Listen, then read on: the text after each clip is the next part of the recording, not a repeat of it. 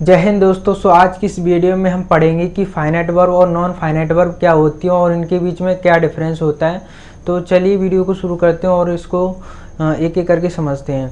तो सबसे पहले तो हम बात कर लेते हैं फाइनाइट वर्ब। फाइनाइट वर्ब क्या होती हैं? तो फाइनाइट वर्ब वे वर्ब होती हैं जो सब्जेक्ट और टेंस के अनुसार चेंज होती हैं, उसे हम क्या बोलते हैं? फाइनाइट वर्ब बोलते हैं।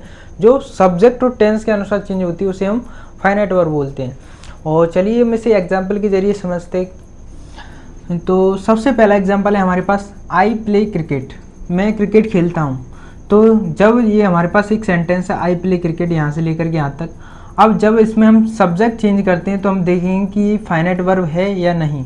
तो जब हम इसमें सब्जेक्ट चेंज करते हैं तो ये प्ले का क्या हो जाता है? प्लेस हो जाता है। तो ऐसी वर्ब जो सब्जेक्ट और टेंस के अनुसार चेंज होती है उसे हम क्या बोलते हैं? फाइनाइट वर्ब बोलते हैं।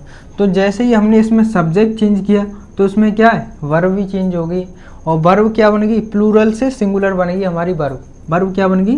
प्लूरल से सिंगुलर बन गई। तो ये हमारी वर्ब प्लेस क्या हो गया यहाँ पर? ये हमारी फाइनाइट वर्ब होगी, फाइनाइट वर्ब होगी। और उसी प्रकार दूसरा एग्जाम्पल है हमारे पास, I play cricket, I play cricket. जब इसमें हम टेंस को चेंज करते हैं, जैसे कि ये हमारा प्रेजेंट इंडेफिनिट हो गया। जब इसे हम पास्ट इंडेफिनिट में चेंज करेंगे तो ये हमारा प्लेड हो जाएगा। आई प्लेड क्रिकेट, मैंने क्रिकेट खेला।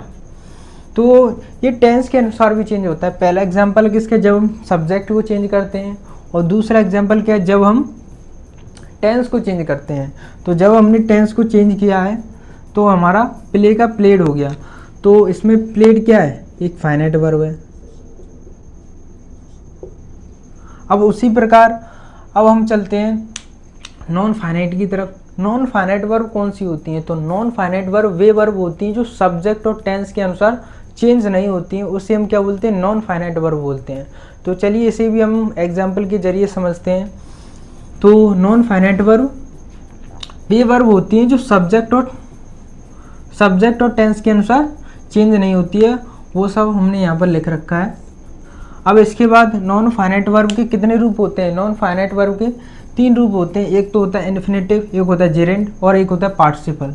नॉन फाइनाइट इन तीनों के रूप में हो सकता है। इन्फिनेटिव के रूप में हो सकता है और पार्टिसिपल के रूप में हो सकता है और जेरेंड के रूप में हो सकता है। तो सबसे पहला एग्जाम्पल है हमारे पास इन्फिनेटिव का। तो इन्फिनेटिव का एग्जाम्पल है, तो चलिए इसे समझते हैं। जैसे कि आई वॉन्ट टू प्ले, मैं खेलना चाहता हूँ। तो जब इसमें हम सब्जेक्ट को चेंज करते हैं, जब हम इसमें सब्जेक्ट को चेंज करते हैं, जैसे ही हमने आई से ही किया, तो हमारी जो फाइनाइट वर्ब है ये तो हमारी चेंज हो गई वॉन्ट्स में। लेकिन जो टू प्ले है ना ये इसमें चेंज हुई है और ना दूसरे वाले सेंटेंस में चेंज हुई है। तो ये टू प्ले हमारा क्या हो गया? ये हो गया हमारा नॉन फाइनाइट वर्ब।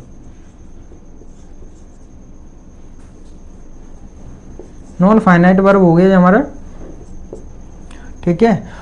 और उसी प्रकार यदि हम जेरेंड की बात करें तो जेरेंड किस रूप में आता है? जैसे कि I like reading, I like reading, मुझे पढ़ना पसंद है। तो उसी प्रकार जब इसमें हम सब्जेक्ट को चेंज करते हैं, सी लाइक्स रीडिंग, तो जो फाइनाइट वर्ब है, फाइनाइट वर्ब कौन सी? इसमें लाइक हो गया। जब इसे हम सब्जेक्ट को चेंज करते हैं तो फाइनाइट वर्ब तो चेंज हो जाती है लाइक्स में। और ये रीडिंग है, जो ये वर्ब है ये नॉन फाइनाइट वर्ब है, ये चेंज नहीं हुई। यहाँ से लेकर के यहाँ तक रीडिंग का रीडिंग ही रहा।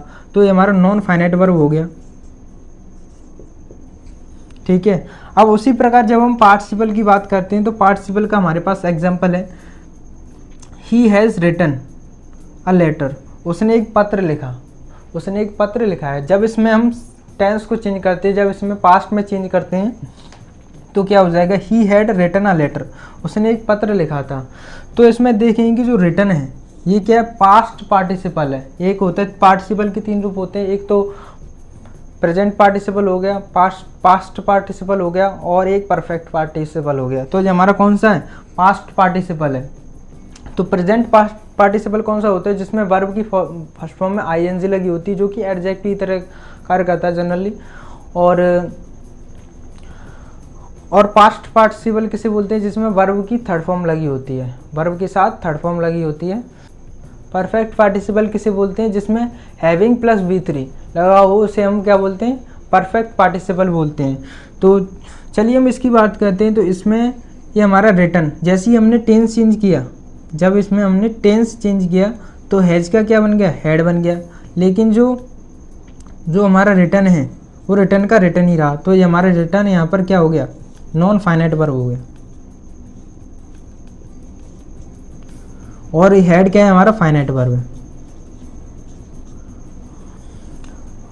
इस तरीके से हम इसे समझ सकते हैं। यदि हम बात करें, यदि एक सेंटेंस में दोनों भी हो सकते हैं, ज़रूरी नहीं है कि एक ही हो। एक सेंटेंस के अंदर फाइनाइट वर्ब भी हो सकती है और नॉन फाइनाइट वर्ब भी हो सकती है। चलिए उसे भी समझते हैं। जैसे कि हमारे पास एग्जांपल है, she likes to read books, उसे किताबें पढ़ना पसंद है। तो जैसे कि इसमें जो लाइक है वो क्या है, फाइनाइट वर्ब है। और टू रीड, यहाँ से लेकर के पूरा टू रीड क्या हो गया, हमारा नॉन फाइनाइट वर्ब हो गया। तो इस प्रकार हम इसे समझ सकते हैं कि ज़रूरी नहीं है कि एक सेंटेंस में फाइनाइटी वर्ब हो और नॉन फाइनाइटी वर्ब हो, दोनों भी हो सकती हैं। अब यहाँ तक मैं आशा करता हूँ, यहाँ तक आपको फाइनाइट वर्ब और नॉन फाइनाइट वर्ब के बीच में डिफरेंस पता चला होगा, इनके प्रयोग पता चले होंगे। और अब आप किसी भी सेंटेंस को देखकर वहाँ पता लगा सकते हैं कि वो फाइनाइट वर्ब है या नॉन फाइनाइट वर्ब है। और यहाँ तक आप सभी लोगों को यदि ज़रा सा भी समझ में आया हुआ है तो आप हमें एक कमेंट ज़रूर करिए। और मिलते हैं नेक्स्ट वीडियो में। यहाँ तक के लिए इतना ही। जय हिंद।